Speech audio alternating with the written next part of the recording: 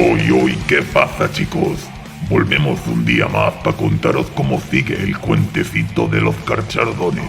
En capítulos anteriores vimos cómo nuestros amigos del vacío se preparan para darse de guarrazos con una flota tiránida de esas.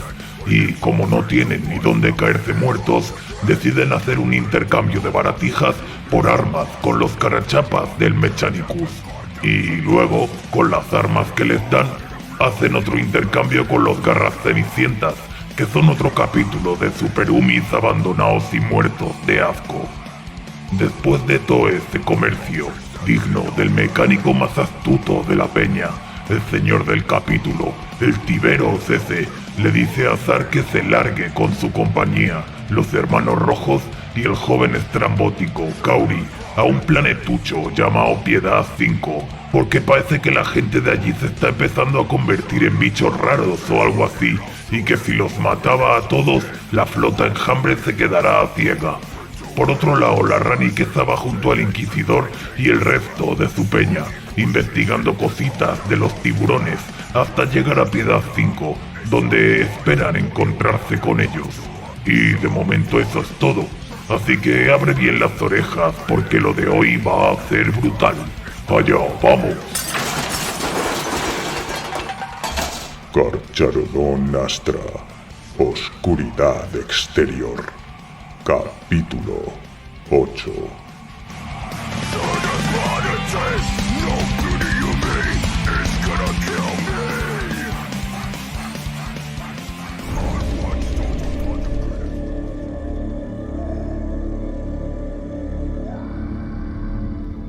Kauri, Zar y el resto del escuadrón de mando de la tercera compañía completaron su salto disforme hacia el sistema Piedad. Los hermanos del vacío de la tercera apenas habían hablado con su nuevo bibliotecario desde que se separaron del resto de la flota de depredación nómada, y en verdad, él lo agradecía. Pasó la mayor parte del viaje en criosueño, sin querer imponerse a sus nuevos hermanos. Se nos autoriza para aproximarnos al interior del sistema, informó el maestre de la nave Teco, alzando la vista desde los atriles de los óculos del puente. Los monitores locales de la Armada Imperial se mantienen a distancia. Nos están proporcionando coordenadas de fondeo para Piedad 5. Estamos a 9 horas. ¿Alguna noticia de la eclesiarquía?, preguntó Zar. Hemos recibido una solicitud de contacto por Vox desde el complejo de la Teocracia en Piedad 5, pero todavía no he respondido. Bien, mantengamos el silencio. Cuanto menos nos veamos envueltos en el protocolo local, más rápido podremos desarraigar la amenaza Xenos. El tiempo es esencial. La flota avanzó, adentrándose en las profundidades del sistema Piedad, con los monitores defensivos y los cargueros de paso, apartándose de su trayectoria silenciosa y depredadora. Kauri mantuvo los ojos fijos en el mapa hololítico bajo el estrado de mando del puente, observando cómo el orbe verde espectral que representaba su destino se acercaba de forma constante. Sabía que en las cubiertas inferiores el resto de la compañía se estaba preparando, armándose y revistiéndose con su antiguo equipo de guerra mixto. La tercera iba a la guerra, aunque aún estaba por verse cuán dura sería la lucha. Si los Xenos aún no habían penetrado en los estratos superiores de Piedad 5, y si se podía convencer a la eclesiarquía de ayudar al Adeptus Astartes en la purga, Kauri estaba seguro de que incluso el culto más feroz no resistiría por mucho tiempo. En cambio, si el Ministorum les negaba ayuda, o peor aún, había sido corrompido, los Carcharodon Astra se verían puestos a prueba. Hermano Kauri, dijo Zar, apartando su mirada del mapa. Concédeme un momento. Siguió al Segador Prime hasta la parte trasera de la plataforma de mando, donde apenas llegaba la iluminación turbia de las pantallas del puente. Has permanecido en silencio durante gran parte de este viaje, hermano bibliotecario, dijo Sar. No llevaba puesto el casco, haciendo que las sombras en el borde del puente se dibujaran siniestras sobre sus pálidos rasgos. Solo sus dientes afilados captaban el brillo de las pantallas de los cogitadores y los atriles de los óculos. ¿No has recibido ningún presagio respecto a esta expedición? Continuó. ¿Ninguna visión? Mi criosueño fue largo y profundo, respondió Kauri. No vi nada que hable de nuestro destino en este mundo, ni del destino más amplio del capítulo. Sar no dijo nada durante un rato. Cuando volvió a hablar, su tono fue algo menos brusco. Quizá me he acostumbrado demasiado a la guía del nómada pálido. Sospecho que tú también sientes lo mismo. Deberíamos considerarlo una bendición que nuestras acciones no estén lastradas por la profecía y el mito. Tal vez, concedió Kauri, sin querer verse arrastrado a opinar sobre su mentor. Estoy aquí para asistirte en todo lo que pueda, Segador Prime. Si tengo noticias, las compartiré contigo inmediatamente. Bien, dijo Sar. Sabes tan bien como yo lo vital que es esta misión. La propia existencia del capítulo depende de nuestra capacidad para desenterrar y purgar a los senos con la mayor rapidez posible.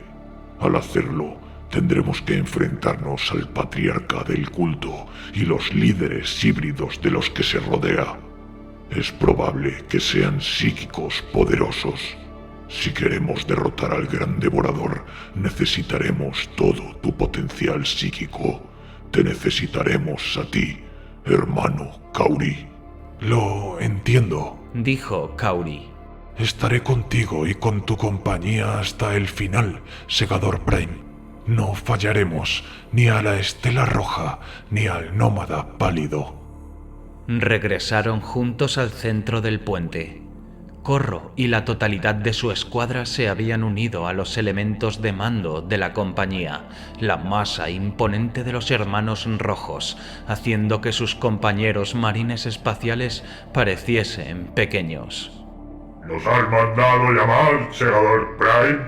Preguntó Corro, con la voz emanando del box externo de su casco. Así es, dijo Sar mientras Kauri tomaba posición a su lado. Realizaremos el desembarco en Piedad 5 dentro de las próximas 4 horas.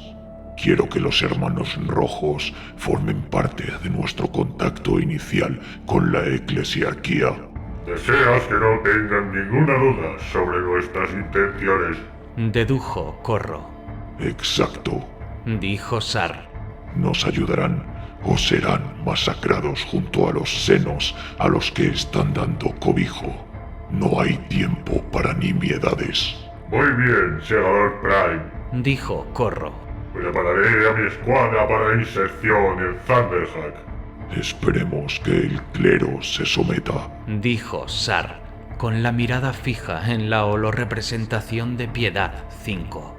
De lo contrario, sus ciudades santuario arderán.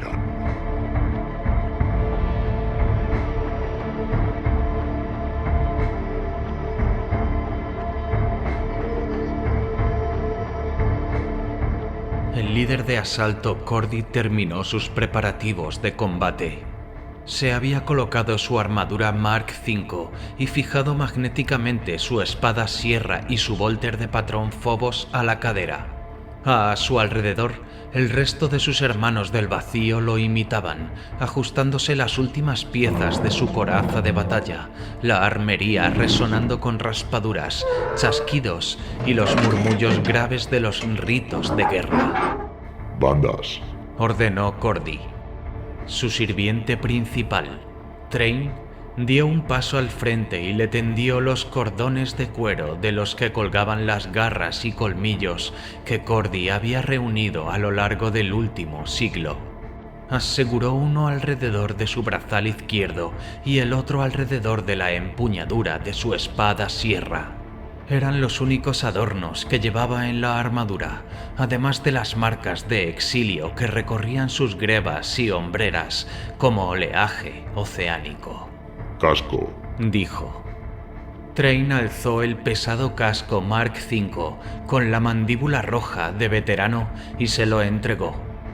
Había sido su principal sirviente durante los últimos 4 años, desde que la antigua comerciante independiente se vio envuelta con su séquito en la purga de una remota luna selvática en lo profundo de los subsectores inferiores. Le dieron 2 opciones: permanecer en la luna mientras los doseles putrefactos eran consumidos por los fuegos de la aniquilación, o renunciar a su patente de comercio y acompañar a los carcharodones hacia la oscuridad exterior. Eligió lo segundo, aunque pasaron varios meses hasta que abandonó toda esperanza de escapar.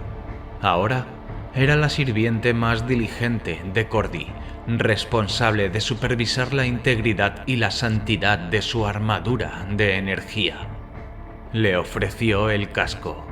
Aun con la pálida cabeza inclinada, el marine captó la leve sonrisa que cruzó su rostro demacrado. No había mayor satisfacción para la esclava de un carcharodón que ayudar a preparar a su amo en la víspera de una inserción de combate. Cordy resistió el impulso de dirigirse a ella y, en su lugar, se volvió hacia el corredor de servicio que se había abierto en un lateral de la armería. Iba desde los pedestales de equipo hasta los hangares de lanzaderas y los terminales de cápsulas de desembarco que salpicaban el vientre de la mandíbula blanca. Las órdenes del segador Prime habían sido claras. La 4ª escuadra, junto con la 1ª, 8ª y 9ª, constituiría la primera oleada en realizar el desembarco, tan pronto como el capitán hubiera hecho contacto con los gobernantes de Piedad 5. No esperaban un contacto hostil inmediato, pero estaban preparados para ello. Cordy se descubrió deseando que los senos se mostraran de inmediato. El ánimo de su escuadra, y sospechaba el de la compañía al completo, ansiaba derramar sangre. Los garras cenicientas los habían deshonrado en Atargatis, y su separación del resto de la flota de depredación nómada supuso otro agravio. A pesar de todas sus doctrinas de contención, los Carcharodon Astra querían sangre. El segador Prime les había garantizado que la tendrían.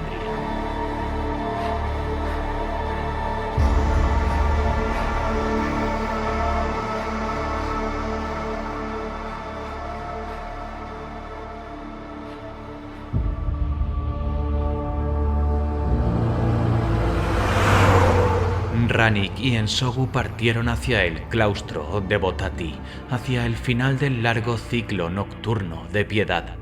Consiguieron dormir un rato en sus alojamientos de suplicantes en el edificio de la observancia. Belt y Rowling se quedaron allí. El astrópata estaba inquieto, atormentado por pesadillas en vigilia, y Ensogu no quería perturbarlo más con lo que podía resultar ser una operación de combate.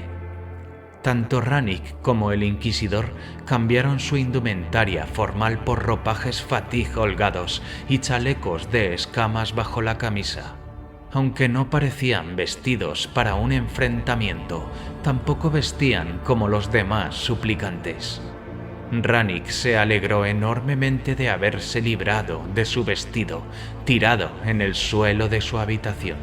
«Los de Botati nos esperan», dijo Ensogu. Los 2 agentes del Ordo estaban sentados uno junto al otro en la parte trasera climatizada de un vehículo terrestre, tripulado por un servidor, proporcionado por la observancia. Se aproximaban a los límites de la ciudad santuario, donde las iglesias más pequeñas y deterioradas y los devotariums daban paso a los suburbios de los campamentos de peregrinos.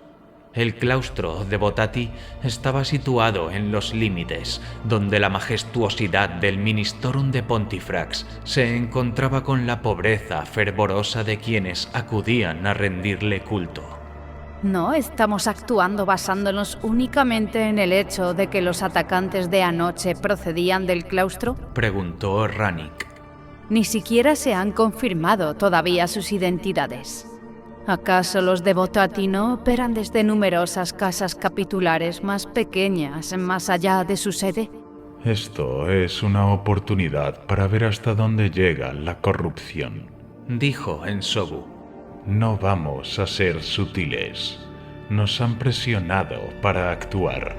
Ahora es nuestro turno. Sin restricciones, entonces, dijo Rannick, sonriendo. Como a mí me gusta. Por eso tú estás aquí y Raulin está vigilando a Belt, dijo Ensogu, mirando por la ventanilla tintada del vehículo. Fuera, la ciudad santuario aún dormitaba, con el amanecer a aproximadamente 1 hora. Las grandes puertas de los santuarios y templos habían sido cerradas y atrancadas, e incluso las colas de limosnas y las filas devocionales de los suplicantes más pobres se habían dispersado por la noche. Las calles eran un borrón de arcos góticos y estatuas envueltas en sombras. ¿Noticias de Damar? Preguntó Rannick. Nada aún. El y Tibalt están acercándose a una de las casas capitulares más pequeñas, cerca de donde se han establecido en los suburbios. Tanto si la corrupción emana de los estratos superiores de los de Botati como de los inferiores, la desenterraremos esta noche. 10 minutos hasta destino. Chasqueó la voz monótona del servidor conductor por el intercomunicador del vehículo. El transporte comenzó a ascender la colina Justicia hacia el claustro de Botati, con los neumáticos retumbando sobre los adoquines. Originalmente, la sede de la secta gobernante de Piedad había sido un humilde monasterio que albergaba a unas pocas docenas de hermanos en clausura.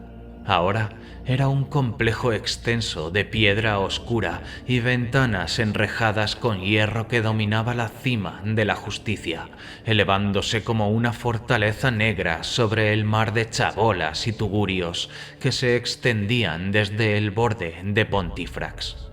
La entrada estaba protegida por una barrera de control, custodiada por una escuadra de frateris. El vehículo redujo la velocidad gradualmente hasta detenerse. Ensogu bajó la ventanilla cuando 2 de los milicianos se acercaron. Soy el inquisidor Ogin Ensogu, del Ordo Hereticus, dijo, mostrando su roseta. Estoy aquí para visitar las salas de los de Botati. El primer miliciano miró a su camarada, visiblemente inquieto. ¿Los monjes conocen su visita, mi señor? No la conocen, ni estoy obligado a anunciarme con antelación. Tendré que avisar por Vox, señor. Muy bien, pero mientras tanto retira esta barrera y dame paso. El frateris miró el camino adoquinado desde el vehículo hasta el severo arco de la entrada del claustro. Después asintió. Por supuesto, mi señor. Ensogu subió la ventanilla mientras los frateris alzaban la barrera y el transporte reanudaba su marcha. ¿Hasta dónde crees que nos llevará esa roseta? Se preguntó Rannick en voz alta. Lo suficiente, dijo Ensogu, con la voz endurecida por la determinación. El vehículo pasó bajo el arco y volvió a detenerse en el patio interior.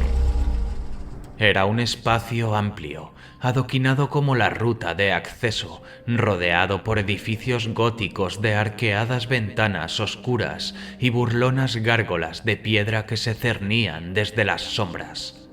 Permanece en posición, ordenó Ensogu al servidor mientras salían del transporte.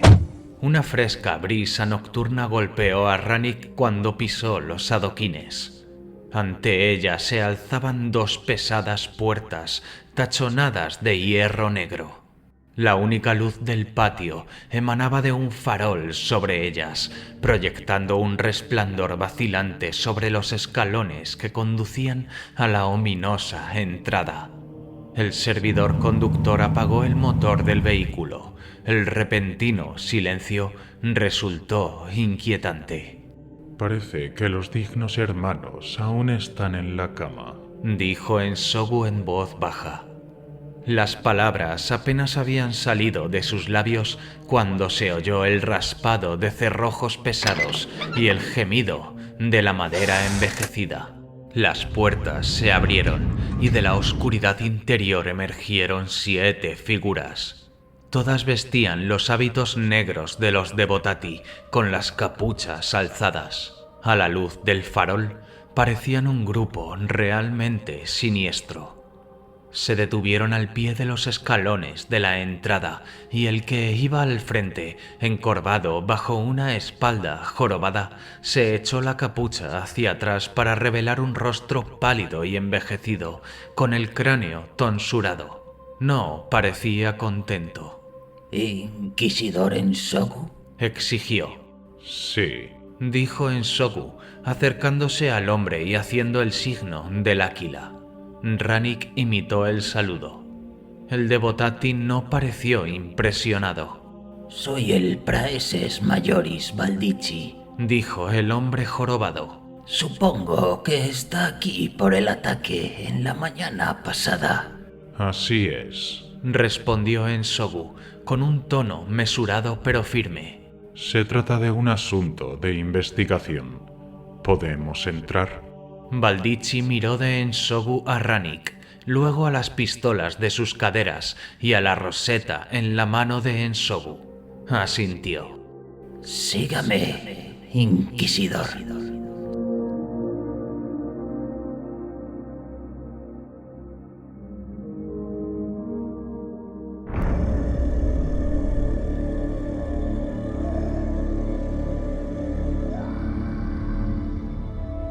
Los Carcharodon Nastra llegaron a Piedad 5. La luz dorada del amanecer salpicando las agujas y las cimas de las grandes cúpulas de Pontifrax.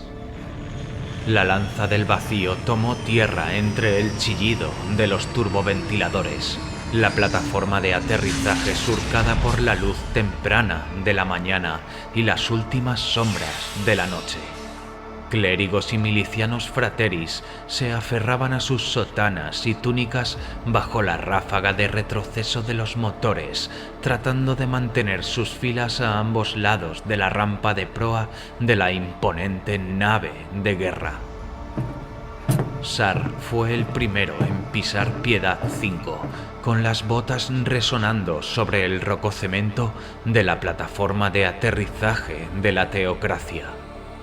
Con Kauri a su lado, se detuvo ante el grupo de eclesiásticos que los interceptó antes de que alcanzaran el arco de entrada de la plataforma, su silueta acorazada alzándose sobre ellos. Sed bienvenidos a la Santa Sede de Piedad, oh gran señor, dijo uno de los clérigos, encogiéndose en sus vestiduras doradas y blancas. Por favor, permitidnos. ¿Quién gobierna este mundo en nombre del Padre del Vacío? Exigió Sar.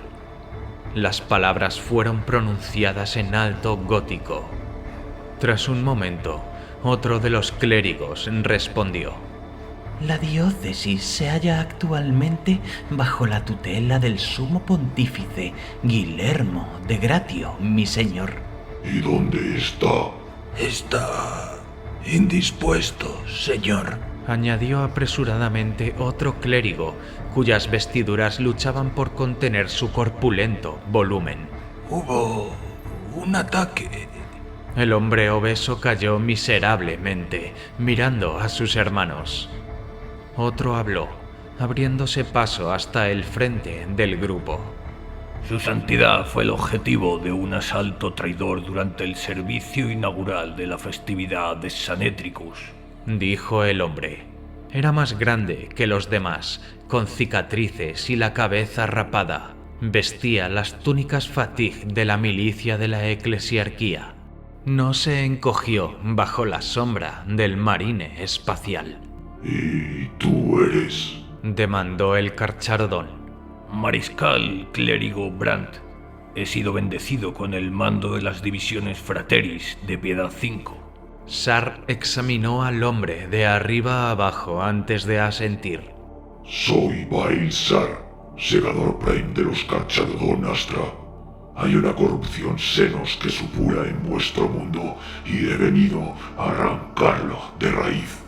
Espero reunirme contigo y con todos tus subordinados de inmediato, Mariscal Clérigo Brandt.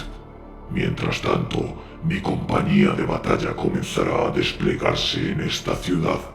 Acamparemos en vuestra plaza principal. No os acerquéis ni interfiráis en nuestro trabajo. Ahora, necesito que uno de vosotros me lleve hasta De Gratio. Todos menos Brandt reaccionaron con desánimo.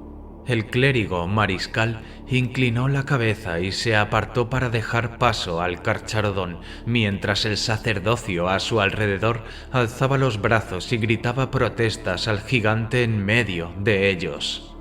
Sar ni siquiera les prestó atención. Hizo un gesto a Kauri para que lo acompañara, y los dos marines espaciales siguieron a Brandt hacia el interior de la teocracia, mientras el escuadrón de mando y los hermanos rojos aseguraban la plataforma de aterrizaje. En lo alto, las estelas de decenas de naves surcaban el cielo del alba. De Gratio se encontraba alojado en el bloque Medicae de su propio conjunto residencial, cerca del corazón de la teocracia. Brandt condujo a Sar más allá de la férrea seguridad de frateris y cruzados. El carchardón no quedó impresionado por la opulencia fastuosa de los pasillos y corredores por los que lo guiaron. Exceso, arrogancia, imperiosidad. La arquitectura parecía resaltar todo aquello que llevaba al capítulo a distanciarse del actual credo imperial. El sumo pontífice permanecía inconsciente de los ángeles de la muerte que velaban por él en su propia sala. Aunque los disparos de los atacantes en la cátedra no penetraron su armadura corporal, la caída le había fracturado el cráneo, dejándolo en coma. Brandt informó a Sar de que el colegio de cardenales aún estaba deliberando si elegir un líder interino o concederle más tiempo a De Gratio. Parecía que la idea de elegir a otro sumo pontífice solo para que De Gratio recobrara la conciencia después resultaba más molesta para los cardenales que dejar que muriera directamente. ¿Me estás diciendo que Piedad 5 se encuentra actualmente sin gobernante? Preguntó Sar en el corredor, frente al suntuoso bloque de Medicae del Pontífice. Los obispos pueden reunirse y debatir asuntos seculares en el foro teocrática, dijo Brandt. Pero sí, a todos los efectos nos hallamos en una fase de gobierno transitorio, hasta que el colegio alcance una decisión. ¿Conocéis la identidad de los atacantes del pontífice? Ambos eran miembros del culto dominante en Piedad, los Devotati, monjes en clausura, con pocos contactos personales y sin antecedentes que sugirieran una mentalidad propensa a la herejía. Los Devotati tienen una sede. El claustro, en la colina Justicia, está en las afueras de la ciudad, cerca de los suburbios de peregrinos. Voy a llevar allí una fuerza de asalto. Pondrás a tu milicia en alerta máxima y cerrarás todos los edificios públicos y gubernamentales de la ciudad. También informarás al clero de que no deben practicar ni predicar durante las próximas 48 horas terranas. Hay que cerrar todos los santuarios. Eso no es posible, dijo Brandt cuando Sar comenzó a darse la vuelta. Habrá protestas del clero y disturbios entre los peregrinos. Los suplicantes también se agitarán. Además, mis frateris no tienen autoridad para cerrar los santuarios. Es su deber jurado mantenerlos abiertos. ¿Cerrarás los santuarios? Reiteró Sar.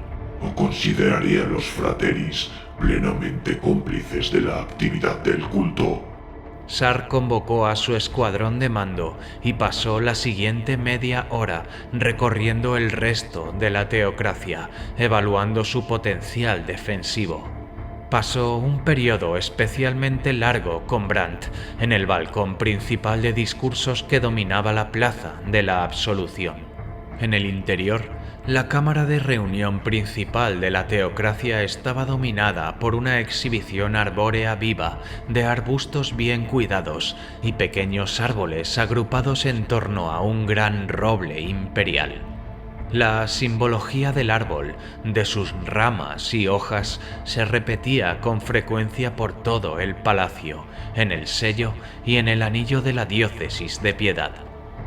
El escuadrón de mando de Sar pasó largo tiempo contemplando la exhibición mientras su comandante discutía con Brandt y sus subordinados frateris.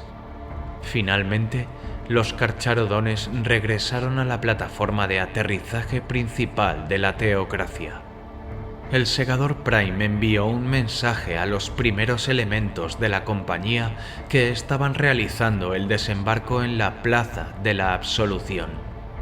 Llevarían una fuerza de asalto al cuartel general de los Devotati y dictarían sentencia contra ellos de inmediato. Cuando Kauri subió la rampa de la Lanza del Vacío junto al segador Prime, habló por primera vez desde que habían pisado el planeta. ¿Es prudente cerrar los santuarios? Sar hizo una pausa antes de responder.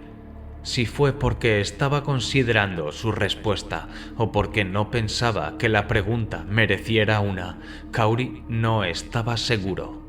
Nuestro objetivo aquí es exponer al culto lo más rápido posible para poder atacarlo y destruirlo de manera decisiva. La forma más sencilla de hacerlo es animar al culto a ser audaz. Si así lo decidiera, el patriarca Xenos podría permanecer oculto y simplemente esperar la llegada de la flota colmena. Debemos atraerlo presentándole la posibilidad de una victoria total antes de que sus amos puedan alcanzar el sistema. El desorden lo alentará. Entonces estamos desestabilizando deliberadamente el gobierno imperial, dedujo Kauri. ¿Y si la eclesiarquía se vuelve contra nosotros, además de contra el culto? Si están lo bastante locos como para hacer eso, los masacraremos también. Dudo que muchos de los fieles se atrevan a alzarse contra los ángeles de la muerte del emperador. Tal vez no, dijo Kauri lentamente. Pero no deberíamos subestimarlos. A pesar de toda su riqueza e indolencia, hay muchos aquí impulsados por un fervor que podría ser irreflexivo y destructivo si se libera. He sentido el calor de sus pensamientos, segador Prime. Hay un fuego que arde en muchos de ellos, no menos en el mariscal clérigo. ¿Fuego? ¿Pero sin corrupción? Preguntó Sar. ¿Y qué hay del pontífice? Es difícil decirlo mientras permanece inconsciente, dijo Kauri. Pero dado lo que he percibido del mariscal clérigo, sospecho que es como hablamos cuando aún estábamos en órbita. Creo que tu plan es acertado, segador Prime. Sar no respondió mientras tomaban asiento en la Lanza del Vacío, seguidos por el escuadrón de mando y los exterminadores. La expresión del segador Prime era inescrutable tras su casco, y Kauri no tenía intención de extenderse para tocar sus pensamientos. Finalmente, Sar volvió a hablar.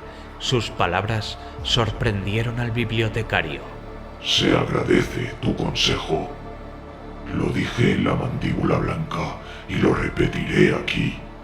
No dudes en decir lo que piensas. Tus habilidades te proporcionan una presciencia de la que carecemos el resto. No deberías darla por sentada. Lo entiendo, segador Prime, respondió Kauri, sintiendo una extraña sensación de alivio. Ofreceré mi consejo con libertad.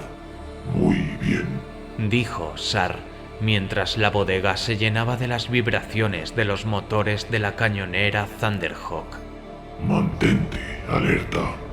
Cuando descubramos la fuente de la inmundicia Xenos, es probable que nuestras mentes sean atacadas con tanta ferocidad como nuestros cuerpos.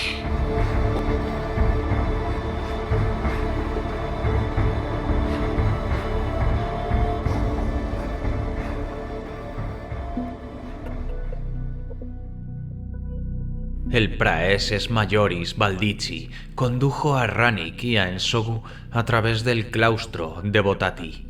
Ensogu había solicitado acceso a la capilla principal.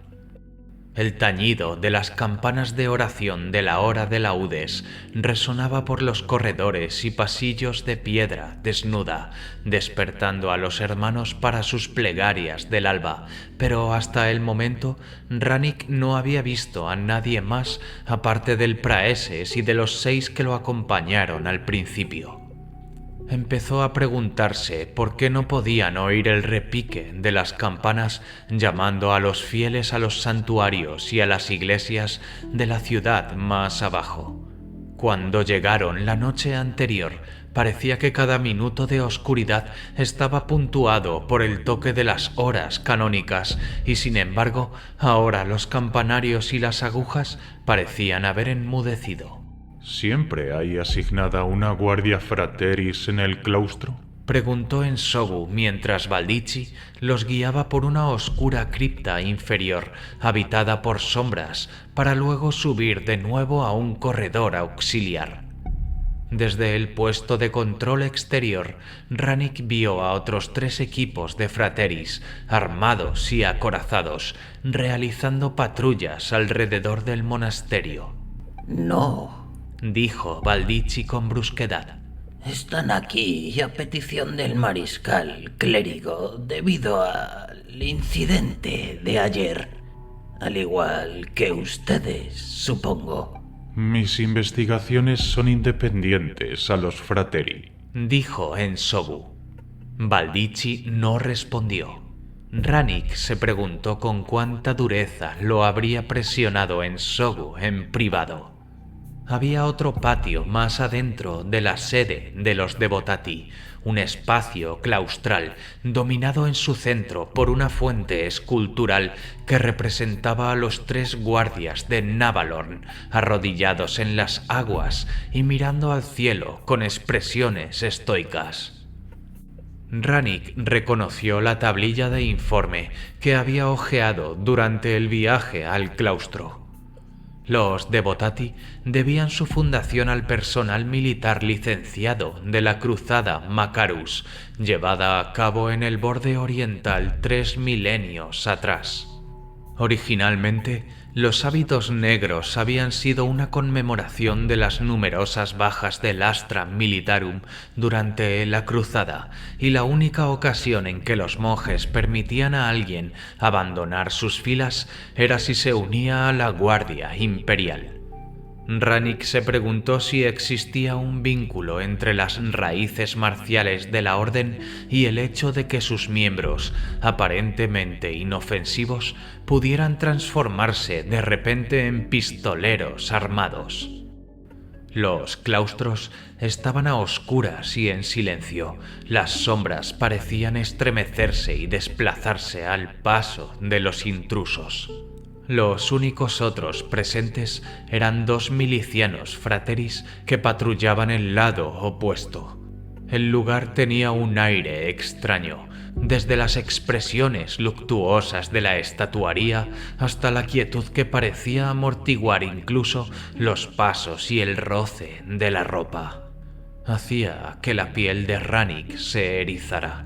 La capilla interior es por aquí, dijo Baldici, guiándolos hacia una de las muchas puertas que conducían desde el patio al corazón del complejo monástico.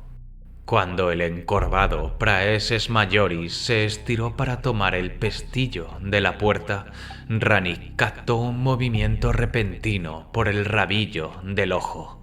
En ese mismo instante sonó el estruendo de un disparo. Ensogu gruñó al ser alcanzado.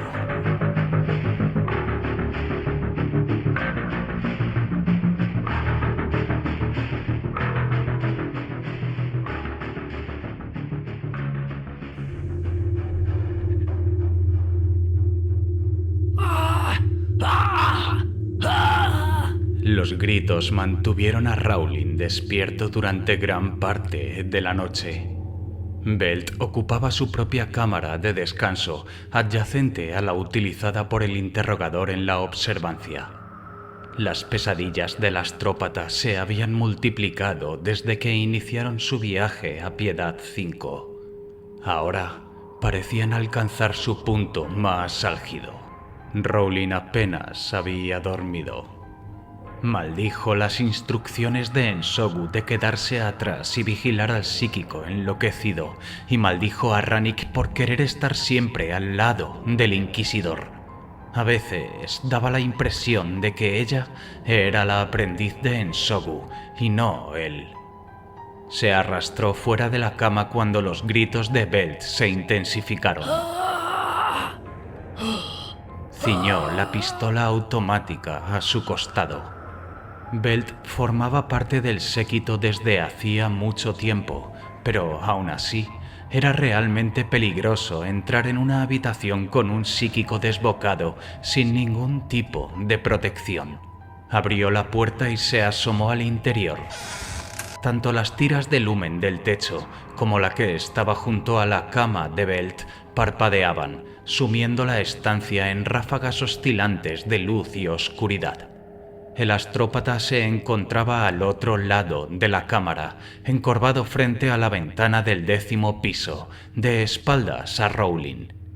Sus gritos habían descendido a un murmullo bajo y se balanceaba hacia adelante y hacia atrás, aún vestido con sus túnicas verdes. «Por el trono. Otra vez no», murmuró Rowling, luchando contra el impulso de simplemente retirarse de la habitación. Avanzó hacia Belt, con la mano sobre la empuñadura de su pistola. El psíquico pareció percibir su entrada, quedándose en silencio y completamente inmóvil. Rowling casi había llegado hasta él, cuando de pronto se incorporó y se volvió, provocando que el interrogador gritara y sacara su pistola de inmediato. La mano huesuda del astrópata agarró su muñeca antes de que pudiera empuñarla, mientras la otra lo agarraba de la pechera, arrastrándolo hacia él. ¡Están aquí!, gruñó, con una voz antinaturalmente profunda. Las cuencas vacías de sus ojos sangraban, dos regueros de rojo brillante que descendían por un rostro demacrado, blanco como la muerte. El parpadeo de los lumen hacía la visión aún más pesadillesca. ¡Están aquí!, repitió Belt, soltando la muñeca del interrogador y agarrándose el pecho con ambas manos. Ella no es lo que pensábamos que era. ¿Quién?, logró preguntar Rowling. La habitación se había enfriado, su aliento se condensaba en el aire. Díselo a Rannick, siseó Belt, con la saliva salpicándole los labios. Dile que tenía razón. Dile que no es solo una sombra. ¿Qué sombra?, preguntó Rowling, intentando zafarse del agarre convulso de Belt. La puerta, dijo el astrópata. Antes de que Rowling pudiera responder de nuevo, oyó un golpe seco. Alguien estaba al otro lado de la habitación de Belt. No respondas, dijo Belt, con la voz repentinamente firme y clara. He entregado un mensaje a Frayn, el último mensaje que enviaré jamás. Debes irte. Ahora. Rowling se apartó del psíquico, sacando su pistola de la funda, sus ojos fijos en la puerta. ¿Quién anda ahí? Exigió. ¡Vete! Insistió Belt, tratando de empujar a Rowling de vuelta hacia su propia habitación. El interrogador forcejeó durante un momento con el astrópata, hasta que un golpe sordo en la ventana los paralizó momentáneamente. ¿Qué ha sido eso? Susurró Rowling. El agarre de Belt se convirtió en un abrazo mientras se acercaba para sisear algo al oído de su compañero. ¡Ella está aquí! La ventana del apartamento estalló hacia adentro, una ventisca de cristal seguida por un muro de fuego y metal retorcido. Rowling sintió cómo Belt, atrapado entre él y la ventana, se estremecía al ser alcanzado. Luego, experimentó una sensación desgarradora de desubicación cuando fue levantado por los aires. Sintió cómo le estallaban los oídos, el impacto contundente de escombros y metralla por todo el cuerpo, la agonía cuando su ropa comenzó a arder, el golpe brutal al ser arrastrado hasta su propia habitación, todo como si fuese una pesadilla a cámara lenta. Finalmente, su cabeza chocó contra algo inflexible y la oscuridad se lo llevó.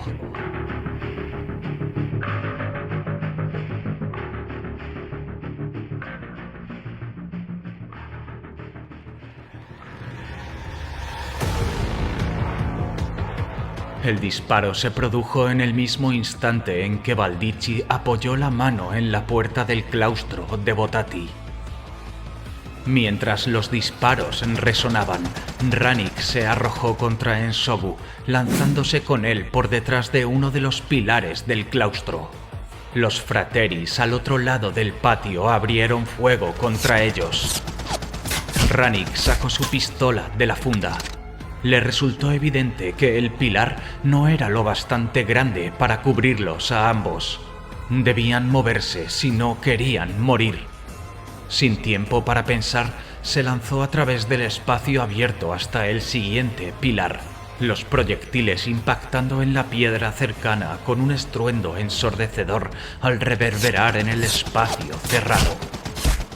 Chocó contra la fría superficie del siguiente pilar. Gruñó y se pegó a él, con el polvo de piedra machacada brotando a su alrededor. ¿Estás herido? Le señaló por gestos a Ensobu. El inquisidor apartó la mano del exterior de su muslo derecho, revelando una mancha roja que se extendía por sus pantalones fatigue desgarrados. Estoy bien, respondió por señas. Había sufrido heridas peores. Los frateris hicieron una pausa. Rannick oyó el chasquido de cargadores nuevos. Un error de principiantes. Se asomó por el pilar, pistola en alto, y disparó una ráfaga de 3 proyectiles. Uno de los frateris había quedado expuesto entre 2 pilares mientras recargaba. Se lanzó hacia atrás cuando Rannick abrió fuego, dejando caer el cargador en el proceso. Creyó haberlo alcanzado, pero no estaba completamente segura. De los de Botati no había ni rastro. Baldichi había desaparecido al primer estallido de disparos. Rannick envió 3 disparos más cruzando el patio, obligándolos a mantener la cabeza gacha. Aprovechó para cubrirse y recargar. Ensobu tenía su pistola de plasma fuera, con la roseta en la otra mano. Soy un inquisidor de los santos hordos del dios emperador, bramó. ¡Alto el fuego! La respuesta llegó en forma de otra lluvia de disparos que castigó el pilar de Rannick, arrancando pedazos de él. Ensobu dio un paso al frente, apoyándose en la pierna ilesa, y disparó. Rannick apartó la mirada a tiempo para evitar el fulgor cegador de la descarga. Hubo un chasquido violento, como el de un látigo, al que precedió el sonido de buena parte de uno de los pilares enemigos, siendo volatilizado entre llamaradas de plasma. Rannick se giró para disparar de nuevo justo cuando uno de los frateris irrumpió, tambaleándose en su campo de visión. Aullaba de dolor. El pilar tras el que se había cubierto era ahora un amasijo de piedra rota, vitrificada por la furia de la descarga de plasma. El propio tirador estaba envuelto en fuego azul. Rannick lo abatió con 2 disparos. La pistola firmemente empuñada con ambas manos. ¡Rendíos!, volvió a gritar en Sogu. Esta vez el tirador restante se mantuvo a cubierto. Se oyó un... cuando la pistola de plasma del Inquisidor completó su ciclo de recarga. Que el emperador tenga misericordia de tu alma traidora, dijo el Inquisidor. Pero antes de que pudiera disparar, se oyó el estruendo de una puerta abriéndose más adelante, en el lado sur del patio. A continuación llegó el repiqueteo de botas de combate cuando más frateris irrumpieron en los claustros, un equipo de asalto de 4. Rannick y Ensogu abrieron fuego al unísono. Un estallido de luz, la furiosa descarga de la pistola del Inquisidor, convirtió a uno de los milicianos en ceniza. Los demás lograron alcanzar los pilares y empezar a devolver el fuego, cruzando tiros contra su posición desde la derecha. El tirador superviviente que tenían enfrente se les sumó, obligándolos a replegarse tras la cobertura. Esto está muy justo, gruñó Ensogu, mientras su pistola emitía de nuevo el sonido característico. Hemos pasado por cosas peores, dijo Rannick, cuando una bala impactó en la losa a centímetros de su bota izquierda y rebotó para estrellarse contra el muro frente a ella. O quizá no. He enviado una ráfaga de emergencia por el box. Damar no está ni medio cerca, respondió Ensogu. ¿Dónde, en el nombre del emperador, están los Devotati?, se preguntó en voz alta. Rannick empezó a responder, pero un proyectil demasiado cercano la obligó a encogerse. Las esquirlas del pilar que se desintegraba a su espalda chocaban contra su cuerpo, arrancándole sangre del brazo y de la mejilla. En cuestión de segundos, comenzarían a recibir impactos críticos. La puerta que Baldichi comenzó a abrir antes del tiroteo estalló. Un miliciano frateris irrumpió con la capucha subida y el rifle automático alzado, a menos de una docena de pasos de Rannick. La encañonó, pero ella consiguió disparar a tiempo. La potencia de la pesada pistola modelo Stygies 10 le salvó la vida. Incrustó un proyectil en el vientre del tirador. Lo remató con otro disparo. Luego, vació el resto del cargador contra la puerta, manteniendo a los otros tiradores agazapados tras el primero. Tenemos que abrirnos paso hasta las puertas principales, dijo Ensogu, señalando hacia el arco por el que habían entrado. Rannick sabía que abandonar la cobertura sería poco menos que suicida. Estaban completamente rodeados. Aparentemente percibiendo lo desesperado de la situación de sus objetivos, o quizá con la esperanza de obligarlos a salir, los frateris cesaron el fuego. En la breve pausa, mientras alcanzaba un nuevo cargador, Rannick oyó un sonido sordo seguido de un estrépito que parecía provenir de más allá de los muros del claustro. El ruido creció, llenando el patio, vibrando a través del pilar contra la espalda de Rannick y haciendo que la mampostería, rota bajo sus pies, temblara. ¡Qué demonio!, empezó a decir. Hubo un estruendo cuando el arco se derrumbó, hundido por el impacto de algo verdaderamente monstruoso. Piedra y madera astillada se precipitaron hacia dentro de una gran nube de polvo, un muro de escombros inundando el centro del patio. Una granizada de mampostería destrozada pasó silbando junto a Rannick y Ensogu. 3 de los frateris quedaron atrapados en el colapso y simplemente desaparecieron, aplastados y destrozados por los restos del claustro. La bestia responsable de la destrucción se hizo visible entre los escombros, sacudiendo la piedra pulverizada de sus orugas y del glacis frontal. Era un carro de combate, uno de los más grandes que Rannick hubiese visto jamás.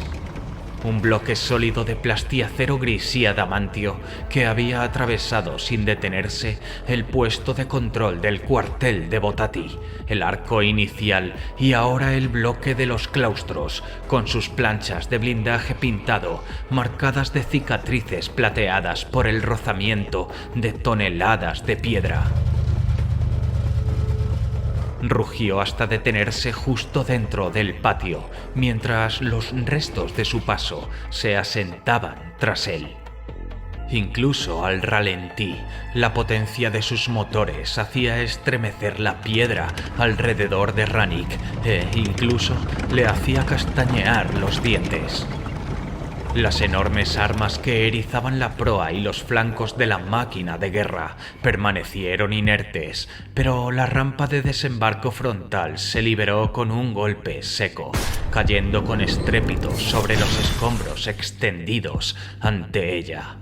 Rannick observó patidifusa cómo enormes figuras comenzaban a emerger del vientre de la bestia. Gigantes con servoarmadura gris, hombreras negras, empuñando enormes armas Volter que se balanceaban de un lado a otro al ritmo de sus pasos. Rannick los reconoció el color de su blindaje de batalla, las crestas blancas de sus hombreras y de los flancos del tanque, incluso los particulares diseños de las marcas arremolinadas que cubrían partes de sus armaduras. Los había visto antes, una década atrás, y los veía de nuevo cada vez que las pesadillas venían a por ella, destrozándole el sueño y arrancándola un despertar jadeante y empapado en sudor. Habían regresado, habían venido a por ella. El miliciano frateris superviviente reaccionó antes que Ensogu o Rannick. Aullando, abrió fuego desde detrás de su pilar, enviando disparos salvajes contra la escuadra de marines espaciales que se desplegaba en el claustro. Las balas rebotaron inútilmente en sus armaduras y en el casco maltrecho de su transporte. La respuesta fue inmediata. Uno de los guerreros vestidos de gris devolvió el fuego. El estruendo de su Volter eclipsó el rifle automático y obligó a Rannick a encogerse tras su pilar. Vio cómo la cobertura del miliciano traidor se desintegraba sin más. Explosiones de piedra hecha añicos, polvo gris tiñéndose de rojo cuando el tirador fue reventado por los proyectiles de masa reactiva. Los otros marines espaciales ya habían reparado en Rannick y en Ensogu. Avanzaron hacia ellos con las armas alzadas, sus pesadas piernas triturando los escombros contra las agrietadas losas. Rannick se descubrió a sí misma de pie en medio de los claustros, aturdida. Esto era un sueño, tenía que serlo. Otra pesadilla terrible. En cualquier momento despertaría en una estrecha litera de camarote de transporte o en una cómoda cama de hostal, con un grito en los labios. Cuando los gigantes grises se alzaron sobre ella y sus sombras depredadoras cayeron sobre su figura, comprendió que, en el fondo, siempre supo que este día llegaría. Llevaba mucho tiempo rezando por ello. La furia la dominó. Gritando de rabia y odio, alzó su pistola y disparó. El arma hizo clic en vacío. Dorthor, que se alzaba sobre ella, levantó su Volter a un latido de corazón de aniquilar a su potencial asesina.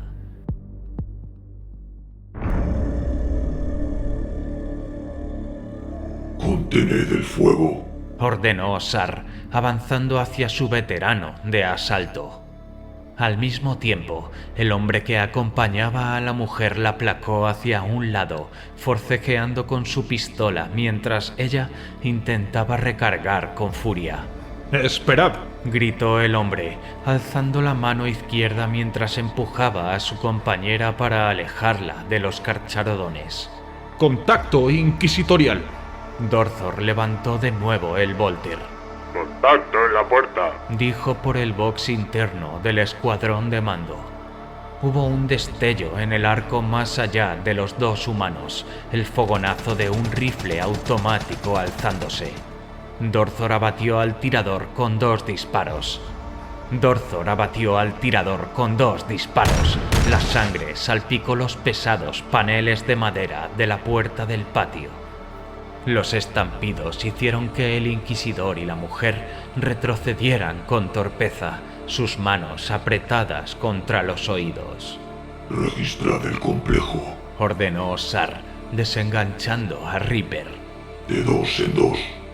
Detrás del escuadrón de mando, Kauri, Corro y sus hermanos rojos desembarcaban del Land Raider.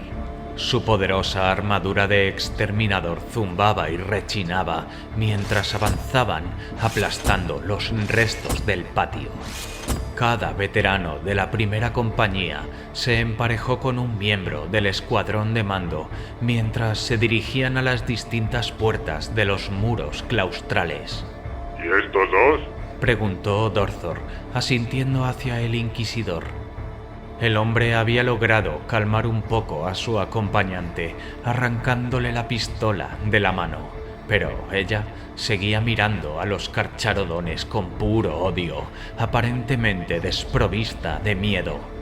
Algo en ella hizo que los recuerdos de Sar se agitaran, pero apartó ese reconocimiento. No era momento para introspecciones. Carcharodon Astra. Fue el inquisidor quien habló. Ambos marines espaciales se volvieron hacia él. Sonrió. Había triunfo en su expresión, un triunfo ligeramente eclipsado por el miedo.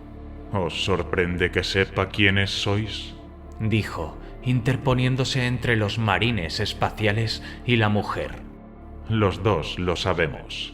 Hemos esperado este día durante mucho tiempo. Este complejo está infectado de corrupción Xenos, dijo Sar. No tenemos tiempo para cortesías. Si sois servidores del Imperio, os marcharéis de inmediato. Soy Ogin Ensobu, inquisidor del Ordo Hereticus, dijo el hombre con firmeza.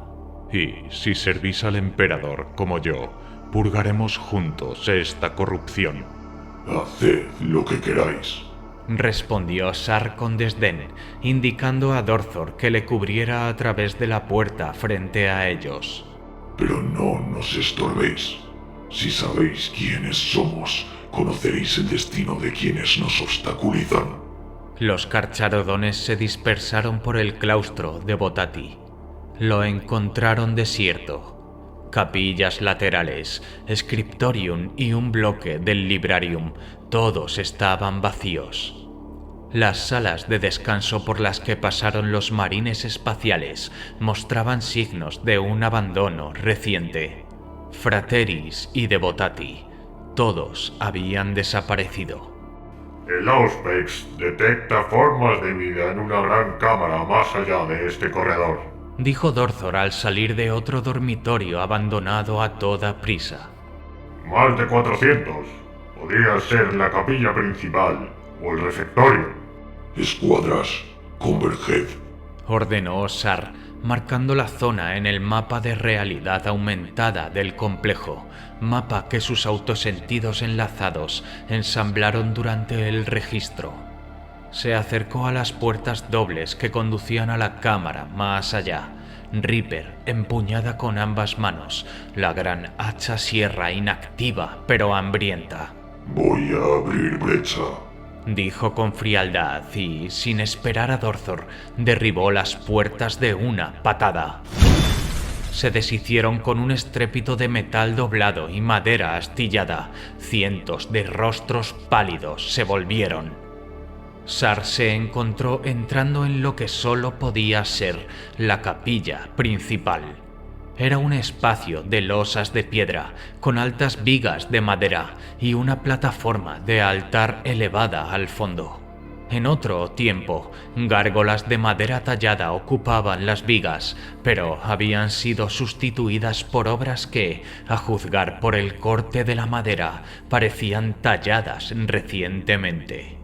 A primera vista parecían cualquier otro demonio posado en los muros de los lugares de culto imperiales, pero había algo natural en sus cráneos alargados y en los múltiples pares de extremidades que se extendían sobre la congregación de abajo. Los bancos bajo ellas estaban abarrotados de monjes con hábitos negros, aparentemente toda la hermandad del claustro. Mientras los frateris se alineaban contra los muros, apuntaban sus rifles hacia los devotati, pero cuando Sar irrumpió por las puertas principales, los giraron contra los marines espaciales. La capilla resonó con disparos. La armadura de Sar registró impactos, pero nada penetró. Activó a Reaper, cuyo aullido frenético superó con facilidad el sonido del fuego enemigo. Sar cargó contra los frateris del muro izquierdo. Fue vagamente consciente de Dorthor desviándose a la derecha, el trueno de su Volter uniéndose a la justa exclamación de Reaper. Entre gritos, los monjes se lanzaban al suelo o intentaban huir hacia el fondo de la nave, trepando por encima de los bancos y entre ellos mismos. Los frateris también retrocedían, pero demasiado lentos. Reaper alcanzó al primero cuando levantaba el rifle por encima de su cabeza, intentando bloquear el golpe descendente a dos manos. El hacha sierra apenas se detuvo, cortó el plastiacero y el metal del arma, escupiendo chispas. Luego el cráneo y el torso del hombre, hasta llegar a la ingle. Sangre, vísceras y fragmentos de hueso salpicaron la armadura de Sar y todo a su alrededor cuando las mitades del desdichado miliciano se separaron y cayeron al suelo como carne de matadero. El segador Prime pasó por encima de ellos. Un tajo lateral partió a otro frateris a la mitad. Uno de los descontrolados disparos de los milicianos dio en el blanco, penetrando la articulación entre la placa del muslo y la cadera, pero apenas extrajo sangre. Otro rebotó en el mango de adamantio de Reaper e impactó de lleno en el visor, sin causar más que un arañazo en la placa gris. Los 8 frateris del lado izquierdo de la capilla murieron en menos de un minuto, destripados y eviscerados por Reaper o quebrados bajo los guanteletes y perneras de Sar. Un proyectil impactó con fuerza en la mejilla derecha de su casco, haciéndole girar la cabeza y alertándolo de que sus autosentidos también registraban disparos desde el otro lado de la nave.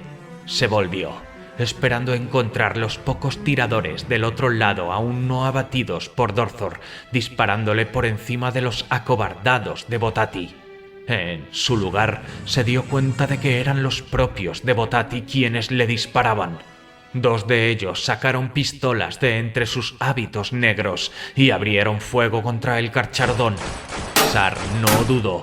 Avanzó hacia ellos ignorando al resto de humanos que se dispersaban a su paso.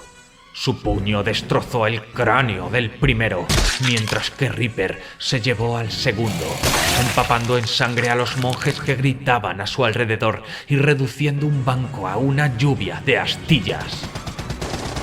Más disparos, de nuevo desde entre los devotati. Sar se volvió. Una puerta lateral del lado derecho de la capilla se había venido abajo hacia adentro, dejando entrar a Kauri y a uno de los hermanos rojos en la nave. Corro y Red Tail entraron por las puertas principales, abriéndose paso entre la carnicería, el puño de energía del exterminador zumbando. Sar reprimió un gruñido de frustración mezclada con furia, mientras más fuego patético rebotaba en su hombrera izquierda y su faldón derecho. ¡Matadlos a todos! Espetó por el box. La masacre solo duró unos pocos minutos. Los carcharodones abrieron fuego contra la masa vestida de negro o avanzaron con hojas, sierra y puños de energía, sacrificando a la hermandad como ganado acorralado.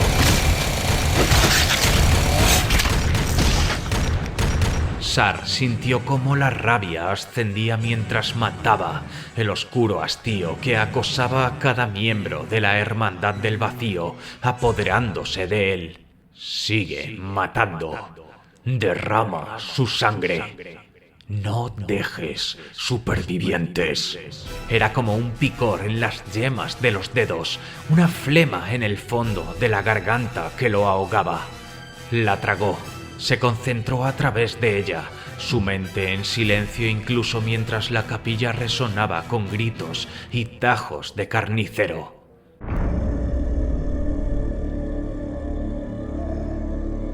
Baldichi fue el último. El praeses majoris había retrocedido hasta el altar mayor, encogiéndose ante el asesino empapado en rojo que avanzaba hacia él. Los carcharodones desactivaron sus armas de sierra, un frío silencio, solo roto por el salpicar de la sangre, cayó sobre la carnicería de la nave. Sar se estiró y agarró el hábito de Baldichi antes de darle un brutal tirón. Se rasgó y la criatura que se hacía pasar por el maestro del cuartel general de Botati aulló cuando su corrupta forma quedó al descubierto.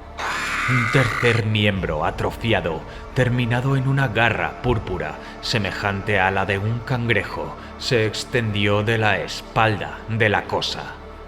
Te declaro culpable de confraternizar con xenoformas, dijo Sar, desterrando el silencio de la nave. La sentencia es la muerte. Antes de que Baldichi pudiera responder, Sal alzó la mano y le aplastó la tráquea, derribando al monje corrupto al instante. Sar se volvió. Kauri, Corro y el resto de la fuerza de asalto de los carcharodones se reunían entre los restos ensangrentados. Los dos humanos, el inquisidor y su ayudante, habían presenciado todo el acontecimiento de pie en la entrada por la que Sar irrumpió. La voz de Kauri crepitó por el box. Las autoridades se aproximan. Puedo sentirlas. Preparaos para movernos, respondió Sar. Luego se dirigió a Ensogu desde el otro lado de la nave. Inspeccionadlos a todos si queréis. Veréis que la corrupción se ha extendido sin control. Si este lugar sirve de ejemplo, no me sorprendería descubrir que este mundo está infectado de inmundicias senos. ¿Y vais a ser vosotros quienes lo juzguen?, preguntó Ensogu. Si no actuáis, Inquisidor, podéis estar seguro de que los Carcharodon Astra lo harán.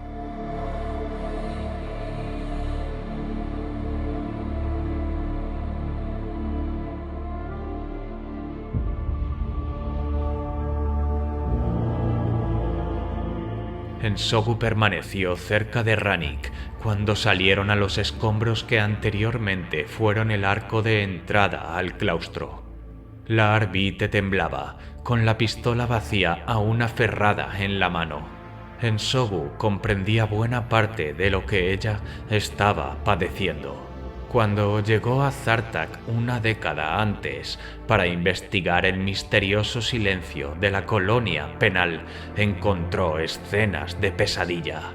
Miles de muertos masacrados en el submundo minero. También encontró a Rannick. Había sido la única superviviente, la única que no fue asesinada ni secuestrada. Sus relatos, respaldados por pruebas de pictograbaciones captadas desde la base principal Arbites, habían sido los que introdujeron por primera vez a Ensogu en la existencia del Carcharodon Astra.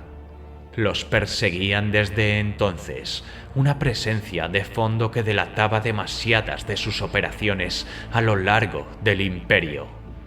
Estar ahora cara a cara con ellos era experimentar un terror teñido de fascinación, una excitación coloreada por una incredulidad airada. Para Rannick, los sentimientos tenían que ser aún más extremos.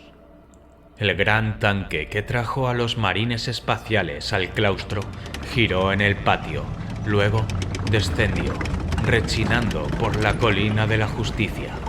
Los carcharodones no habían embarcado, avanzaban desplegados junto a él.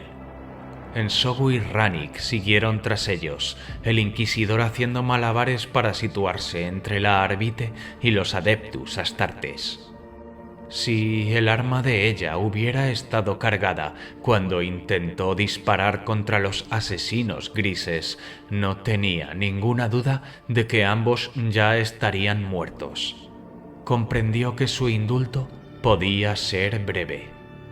Al salir entre los escombros de la brecha del claustro, se les ofreció una vista de la ciudad santuario y de los barrios bajos que la rodeaban como tumores cancerosos.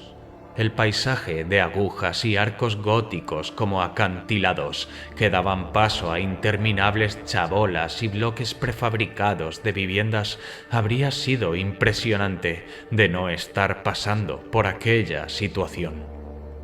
Media docena de transportes Caimera se habían desplegado justo más allá de los restos del puesto de control del claustro. Motores en marcha, multiláser y volters pesados apuntando a los carcharodones. Delante de los transportes blindados se extendían varios pelotones de frateris con los rifles automáticos descubiertos. Brandt estaba al frente, su expresión oscureciéndose cuando el tanque de los marines espaciales irrumpió a la vista sobre los escombros pulverizados del monasterio más rico de Piedad 5. En un instante de clarividencia, Ensogu vio la violencia nauseabunda que había presenciado en la capilla del claustro repetirse al aire libre, en la ladera. ¡Esperad!, gritó, corriendo para interponerse entre los frateris y los implacables carcharodones que avanzaban. Enfundó su pistola de plasma y alzó ambas manos mientras avanzaba, rezando en silencio para que lo que estaba haciendo no fuera tan insensato como parecía. Los frateris habían disparado contra ellos y, como mínimo, una gran parte de los devotati habían quedado al descubierto como adoradores de senos. No había razón para pensar que Brandt y sus hombres no fueran cultistas dispuestos a acribillarlo. Tampoco los carcharodones parecían otra cosa más que renegados dispuestos a masacrar a servidores imperiales si así lo deseaban. Pero Ensogu sabía que tenía que apostar. Apostó por la lealtad de Brandt y por la contención de los carcharodones, incluso porque Rannick no volviera a girar su pistola contra los marines espaciales. Y en los pocos segundos que tardó en lanzar los dados, se encontró de pie en la carretera cubierta de escombros entre ambos bandos.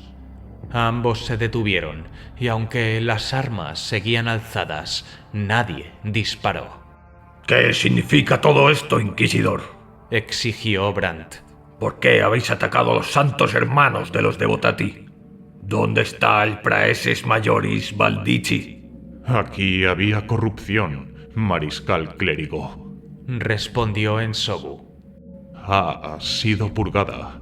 Recomiendo que vuestros hombres depongan las armas y se sometan por completo a mis análisis antes de que esta situación se deteriore aún más. Hay procedimientos, dijo Brandt, pero se quedó en silencio. Ensogu oyó el zumbido de servos y el rechinar de botas sobre piedra. Se volvió para encontrar al líder de los carcharodones erguido ante él. Sangre y gruesos hilos de vísceras aún se secaban sobre la armadura del guerrero. En una sola mano empuñaba un hacha sierra tan larga como el propio Ensogu.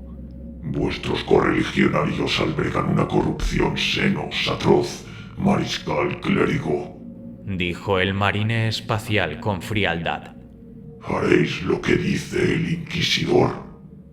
Ensogu miró de nuevo a Brandt, luchando por impedir que su propia sorpresa ante las palabras del carcharodón se reflejara en su rostro. La expresión del mariscal clérigo se ensombreció más aún. No he venido aquí para ser el acusado en un juicio improvisado, dijo. He venido porque ha habido otro ataque. De hecho, varios, por toda la ciudad santuario. ¿Contra quién? Exigió Ensogu. Contra el Adeptus Astra telepática, continuó Brandt. Hasta donde sabemos, todos y cada uno de los astrópatas de Piedad 5 han sido asesinados, incluido vuestro propio susurrador de estrellas.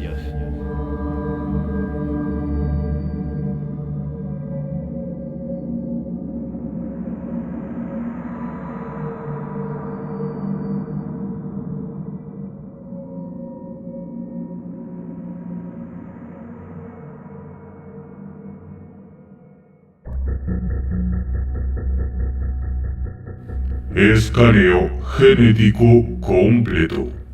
Acceso concedido. Iniciando registro de entrada en banco de memoria. Comprobación de fecha 2.715.885. Milenio 41. Bell está muerto. Debería haberlo visto venir. Nunca debí dejarlo expuesto. El ataque contra los astrópatas nos ha dejado completamente aislados y no dispongo de mucho tiempo. Para que un golpe así haya tenido éxito, la corrupción en Pontifrax debe de ser endémica. Los Carcharodon Astra también están aquí, como esperaba y temía. Son incluso más terribles de lo que me había atrevido a imaginar. Por ahora, soy incapaz de exigirles responsabilidades. Si vuelvo al Ministorum y a los Frateris contra ellos, o intento utilizarlos para purgar a los Frateris, solo nos debilitaré frente al culto Senos que ha echado raíces en este lugar. Estoy condenado de cualquier manera. Aún así, debo actuar. Y debo hacerlo con rapidez. Damar cree haber encontrado algo en los santuarios de los barrios bajos. Nuestra mejor esperanza es descubrir la cabeza del culto y cortarla lo antes posible. Rannick se ha convertido en un lastre. Está demasiado implicada emocionalmente. He pedido a Damar que la mantenga cerca. Rowling afirmó que Belt contactó con el inquisidor Legado Frame antes de ser asesinado.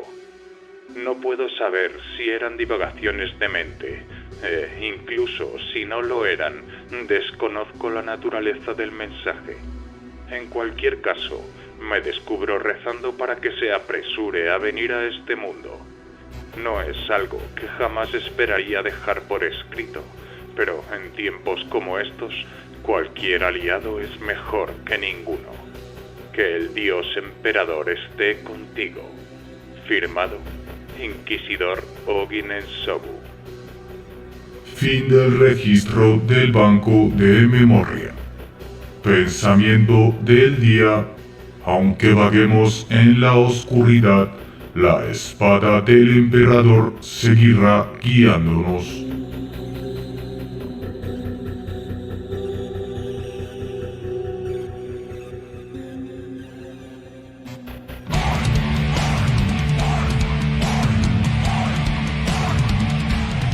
Y así están las cosas. Hoy hemos tenido por fin un buen capítulo, con su tensión, sus aventuras y sus peleas. No os podréis quejar.